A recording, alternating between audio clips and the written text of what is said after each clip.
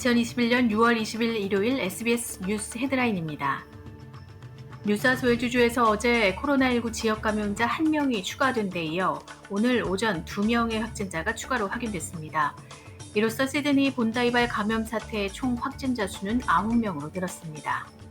보건당국은 확진자 수가 증가함에 따라 확산 통제에 총력을 기울이고 있습니다. 새로운 확진자 동선으로는 시드니 체육관 2곳이 고위험 장소로 추가됐습니다.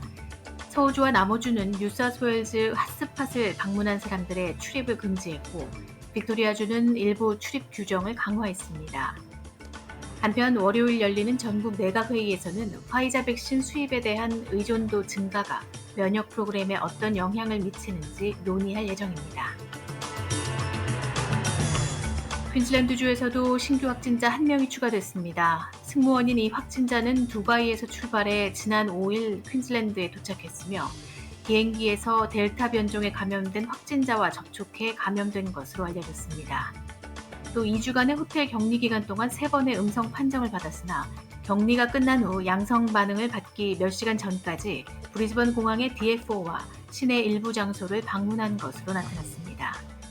퀸즐랜드 주정부는 신규 확진 사례에도 불구하고 금요일부터 일부 코로나 바이러스 제한은 완화한다는 계획입니다.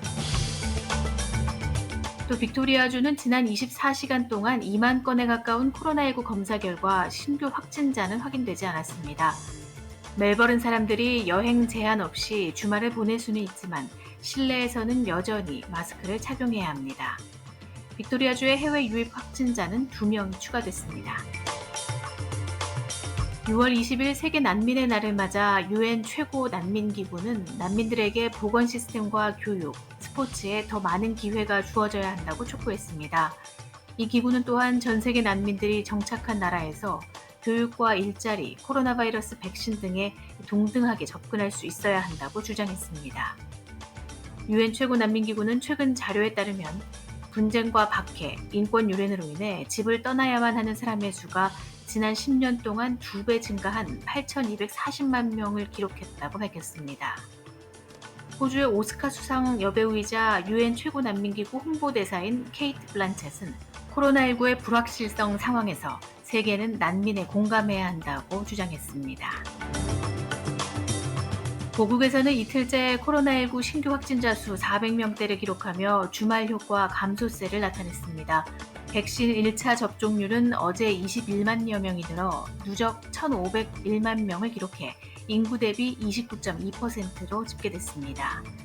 방역당국은 9월 말까지 백신 1차 접종률을 70%까지 끌어올리겠다고 밝혔고 특히 8월부터 2,200만 명에 달하는 40대 이하 국민의 접종이 시작되면서 이들이 1차 접종을 마무리하는 9월쯤이면 국민의 70%가 백신을 한 번은 맞은 상황이 될 것으로 보입니다. 이상이 6월 20일 일요일 SBS 뉴스 헤드라인입니다.